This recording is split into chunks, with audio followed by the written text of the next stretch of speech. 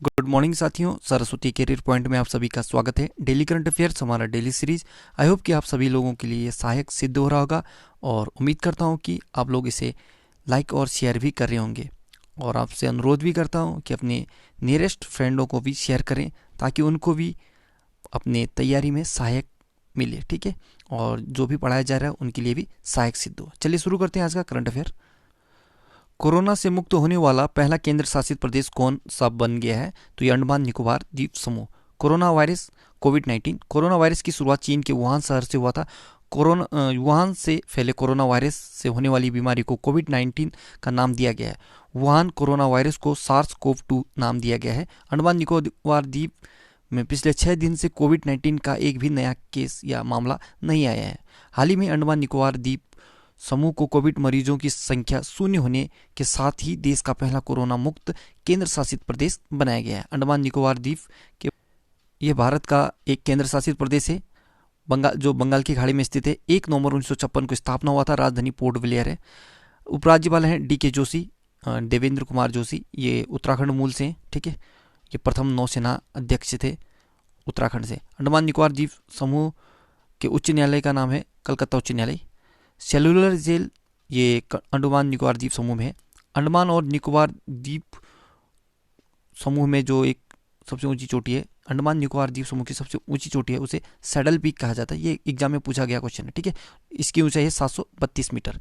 10 degree channel को उत्तरी अंडमान को दक्षिणी अंडमान या निकोबार द्वीप समूह से अलग करती है, ठीक। भारत का एकमात्र शांत ज्वालामुखी वैरन ज्वालामुखी यह भी अंडमान निकोबार द्वीप समूह में है।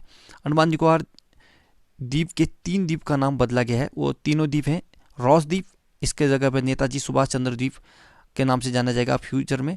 और नील द्वीप इसे भविष्य में शहीद द्वीप के नाम से जाना जाएगा। और हेवलॉक द्वीप इसे स्वराज द्वीप के नाम से जाना जाएगा। जेफ बेजोस ने इस्तीफा के बाद अब अमेजोन के नए CEO कौन बने हैं? तो ये एंडी जेसी। जेफ बेजोस के इस्तीफा देने के बाद अब एंडी जेसी को अमेजन के CEO के रूप में नियुक्त किया है। अमेजन ने ऐलान किया है कि जेफ बेजोस को कंपनी बोर्ड का कार्यकारी अध्यक्ष चुना गया है। अमेजन ये ई कॉमर्स कंपनी है। 5 जुलाई 1994 को स्थापना हुआ था। वाशिंगटन DC में इसका मुख्यालय है। जेफ बेजोस अध्यक्ष और संस्थापक हैं, ठीक है। और जो एंडी जेसी हैं ये CEO नियुक्त हुए हैं। अन्य महत्वपूर्ण कंपनियों के CEO के देखें तो माइक्रोसॉफ्ट के वर्तमान CEO हैं सत्य नडेला। जूम ऐप के वर्तमान CEO एरिक जुआन, इसे युआन भी पढ़ेंगे, ठीक है। और गूगल के वर्तमान CEO हैं सुंदर पिचाई। फेसबुक के वर्तमान CEO है मार्क जुकरबर्ग और ये इसके संस्थापक भी हैं, ठीक है। फ्लिपकार्ट और इसके CEO हैं कल्याण कृष्ण मूर्ति। वियतनाम देश के फिर से राष्ट्रपति कौन बने हैं? तो ये गुयेन फू ट्रोंग। वियतनाम एशिया महाद्वीप में स्थित है। राजधानी हनोई। करेंसी है वियतनामी डोंग और प्रधानमंत्री है गुयेन जुआन फुक। राष्ट्रपति है गुयेन फू ट्रोंग। अन्य देश के राष्ट्रपति देखें तो फ्रांस के नए राष्ट्रपति हैं इमैनुअल मैक्रोन।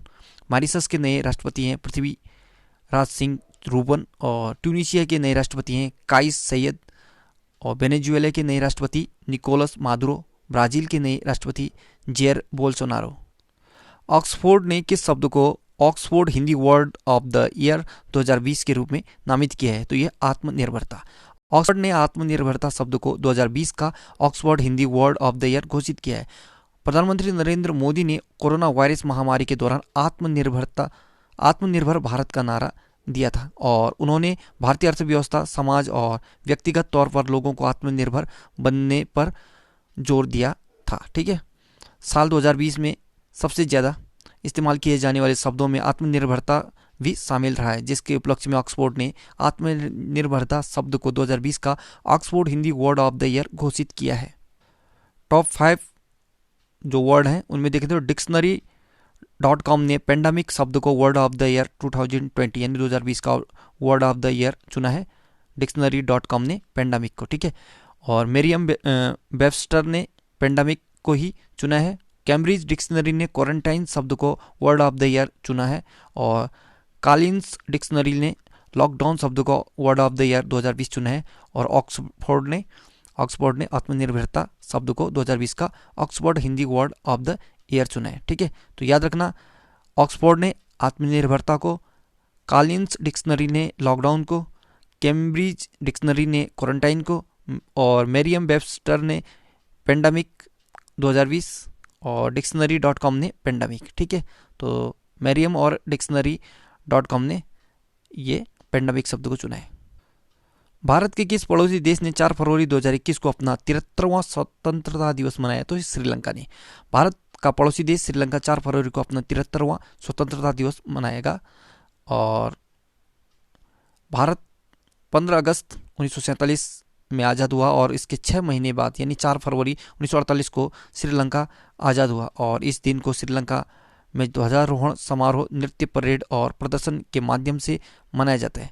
आमतौर पर यह मुख्य उत्सव कोलंबो में होता है, जहां राष्ट्रपति राष्ट्रीय ध्वज फहराते हैं और राष्ट्रीय रूप में प्रसारित भाषण देते हैं। श्रीलंका एशिया महाद्वीप में स्थित है। राजधानी कोलंबो और श्री जयवर्धनेपुरे कोट्टे ये दोनों हैं। ठीक है, करेंसी है रुपया। राष्ट्रपति है गोतबया राजपक्षे और प्रधानमंत्री है महिंद्रा राजपक्षे।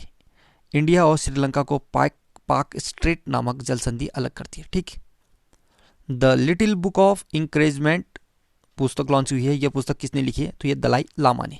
ठीक है, कुछ अदर बुकों के बारे में देखें तो Invincible a tribute to Manohar Parrikar, यह पुस्तक तरुण विजय ने लिखी है। Hop on my adventure on boats, trains and planes, ये रस्किन बॉन्ड ने लिखा है। और लेजेसी ऑफ लर्निंग, यह पुस्तक सविता चावड़ा ने लिखा है। द इकाबुक, ये जेके रोलिंग की किताब है। और my life my mission Baba Ramdev की किताब है। सबसे तेज 40 लाख लोगों को कोरोना टीकाकरण करने वाला दुनिया का पहला देश कौन सा देश बन गया है? तो ये भारत बन गया। ठीक है, भारत ने 16 जनवरी को कोरोना टीकाकरण अभियान की शुरुआत की थी और 1 फरवरी को भारत कोरोना टीकाकरण के मामले में शीर्ष 5 देशों में शामिल हो गया है। भारत में तेजी के साथ टीकाकरण अभियान जारी है और इसी के साथ भारत सबसे तेजी के साथ 40 लोगों को कोरोना टीकाकरण करने वाला दुनिया का पहला देश बन गया है। भारत ने यह उपलब्धि महज 18 दिनों में हासिल की है। किस अंतरिक्ष एजेंसी ने दुनिया का पहला नागरिक अंतरिक्ष मिशन इंस्पिरेशन 4 लॉन्च करने की घोषणा की है? तो ये स्पेस एक्स ने। ठीक है, एलन मस्क के नेतृत्व में स्पेस एक्स, ये प्राइवेट कंपनी है अमेरिका की। ठीक है, प्राइवेट स्पेस एजेंसी है। ठीक, हाल ही में अंतरिक्ष के लिए अपना पहला नागरिक मिशन लॉन्च करने की घोषणा की है और इस मिशन में आम नागरिक भी हिस्सा ले सकते हैं। इस मिशन को इंस्पिरेशन 4 नाम दिया है। यह दुनिया का पहला सर्व व्यावसायिक अंतरिक्ष यात्री मिशन होगा। इस मिशन को फ्लोरिडा में नासा के कैनेडी स्पेस सेंटर से लॉन्च किया जाएगा। स्पेस एक्स अमेरिका की निजी यानी प्राइवेट अंतरिक्ष एजेंसी है। स्थापना 6 मई 2002 को हुआ था। मुख्यालय कैलिफोर्निया यूएसए में। अध्यक्ष हैं गविनी साटवेल और संस्थापक और सीईओ दोनों एक ही है, एलन मस्क। ठीक है, अन्य देशों की स्पेस एजेंसी देखते हैं। इसरो, ये भारत की स्पेस एजेंसी है। रॉसकॉस्मोस, ये रूस की स्पेस एजेंसी है। सीएनएसए, चीन की स्पेस एजेंसी। जाक्सा, जापान की स्पेस एजेंसी। नासा, अमेरिका की स्पेस एजेंसी। और स्पेस एक्स, अमेरिका की प्राइवेट स्पेस एजेंसी। और कारी, ये दक्षिण कोरिया की स्पेस एजेंसी का नाम है। बजट 2021 के अनुसार भारत में कितने मेगा टेक्सटाइल पार्क स्थापित किए जाएंगे? तो 7 मेगा टेक्सटाइल पार्क। हाल ही में देश के इतिहास में पेपरलेस यानी कागज रहित बजट को वित्त मंत्री निर्मला सीतारमण ने पेश किया। केंद्रीय बजट एक वार्षिक वित्तीय रिपोर्ट है जिसमें सरकार द्वारा सतत विकास और विकास के लिए अपनाई जाने वाली भविष्य की नीतियों को रेखांकित करने के लिए आय और व्यय का आकलन पेश किया जाता है। देश के इतिहास में पहली बार पेपरलेस यानी कागज रहित बजट पेश करते हुए वित्त मंत्री निर्मला सीतारमण ने टेक्सटाइल सेक्टर को लेकर की गई घोषणा में कहा गया कि कपड़ा उद्योग को वैश्विक रूप में प्रतिस्पर्धा और सक्षम बनाने के लिए अगले 3 सालों में कुल 7 टेक्सटाइल पार्क स्थापित किए जाएंगे। भारत के पहले पार्क कुछ जो इससे पहले में, तो पहला जो चमड़ा पार्क बना है भारत में अभी, ये उत्तर प्रदेश में बना है। ठीक, पहला जेंडर पार्क केरल में। भारत का पहला बुद्धिस्ट थीम पार्क ये सांची शहर में। ठीक है, और भारत का पहला स्की पार्क ये हिमाचल प्रदेश में। और देश का पहला फायर पार्क ये उड़ीसा में बन रहा है। और भारत का पहला मल्टी मॉडल लॉजिस्टिक पार्क ये गुजरात में बनाया जा रहा है। 13वें एरो इंडिया 2021 का आयोजन किस शहर में हुआ? तो ये बेंगलुरु में। ठीक, 13वें एरो इंडिया 2021 का आयोजन कर्नाटक की राजधानी बेंगलुरु शहर में हुआ। 13वें एरो इंडिया 2021 का आयोजन 3 फरवरी से 5 फरवरी तक चलेगा। कर्नाटक के येलाहंका स्थित एयरफोर्स स्टेशन पर 13वें एरो इंडिया 2021 का आयोजन हुआ है। इस शो में डीआरडीओ ने अपने 300 उत्पाद व तकनीकी दुनिया के सामने पेश करने की तैयारी की है। इसमें देश की पहली स्वदेशी निर्मित क्रूज मिसाइल निर्भय भी शामिल होगी, जिसे बेहद घातक मानी जाने वाली अमेरिकी टॉम हॉक मिसाइल का भारतीय संस्करण भी कहा जाता है। एरो इंडिया 2021 की टैगलाइन है a runway to a billion opportunities. ठीक है, एरो इंडिया 2021 के थीम है आत्मनिर्भरता। भारत का पहला वेटलैंड संरक्षण प्रबंधन केंद्र कहाँ स्थापित किया गया है? तो ये चेन्नई में। ठीक है, देश में पहला वेटलैंड संस्थान चेन्नई तमिलनाडु में स्थापित किया गया है। यह संस्थान देश के 42 वेटलैंड में शोध और उसके संरक्षण को बढ़ावा देगा। हर साल 2 फरवरी को विश्व वेटलैंड दिवस मनाया जाता है। भारत में पर्यावरण, वन एवं जलवायु परिवर्तन मंत्री प्रकाश जावड़ेकर हैं। ठीक है, वेटलैंड मतलब दलदली भूमि। ठीक है, इसको वेटलैंड बोलते हैं। 8वें भारत अंतर्राष्ट्रीय रेशम मेले का उद्घाटन किसने किया? तो ये स्मृति ईरानी ने। केंद्रीय कपड़ा मंत्री स्मृति ईरानी ने 31 जनवरी 2021 को वर्चुअल पोर्टल पर 8वें भारत अंतर्राष्ट्रीय रेशम मेले का उद्घाटन किया है। कोविड-19 महामारी के कारण भारतीय रेशम निर्यात संवर्धन परिषद के वर्चुअल प्लेटफॉर्म पर लॉन्च 5 दिवसीय कार्यक्रम आयोजित किया जा रहा है। इस मेले को भारत का सबसे बड़ा रेशम मेला माना जाता है। भारत दुनिया का एकमात्र देश है जो रेशम की 4 प्रमुख किस्मों सहतूत, एरी, टसर और मूंगा, ठीक है, तो इन चारों का उत्पादन करता है। फरवरी माह के कुछ महत्वपूर्ण दिवस देखें तो 1 फरवरी भारतीय तटरक्षक बल की वर्षगांठ, 2 फरवरी विश्व वेटलैंड डे, 4 फरवरी श्रीलंका का स्वतंत्रता दिवस, 4 फरवरी विश्व कैंसर दिवस, 10 फरवरी विश्व दाल दिवस, 13 फरवरी विश्व रेडियो दिवस, 13 फरवरी राष्ट्रीय महिला दिवस, 21 फरवरी अंतर्राष्ट्रीय मातृभाषा दिवस और 27 फरवरी प्रोटीन दिवस, 28 फरवरी राष्ट्रीय विज्ञान दिवस। ठीक है,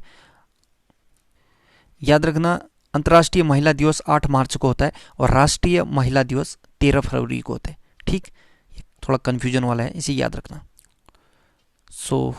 आज का करंट अफेयर यहीं पे समाप्त होता है। जाते जाते एक खबर, सुप्रीम कोर्ट में सीधे वकील से जज बनने वाली देश की पहली महिला है इंदु मल्होत्रा जी। ठीक है, good luck, have a nice day, आपका दिन शुभ हो, पढ़ते रहिए, मेहनत करते रहिए, सफलता जरूर मिलेगी।